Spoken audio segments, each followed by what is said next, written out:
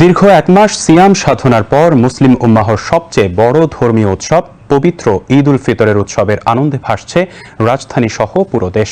নিজ নিজ এলাকায় ঈদের জামাত আদায় করেন সংসদ সদস্য ও মন্ত্রী পরিষদের সদস্যবৃন্দ।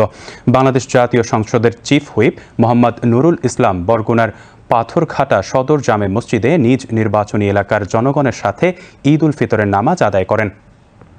নামাজ শেষে খুতবায় ইসলামী ভ্রাতৃত্ববোধ ও সম্প্রীতির ওপর গুরুত্ব আরোপ করা হয়। বিশেষ মোনাজাতে দেশ ও জাতির সুখ, শান্তি এবং মুসলিম উম্মাহর ঐক্য ও সমৃদ্ধি কামনা করে দোয়া করা হয়। পরে মুসল্লিদের সাথে চিফ হুইপ ঈদের শুভেচ্ছা ও কুশল বিনিময় করেন।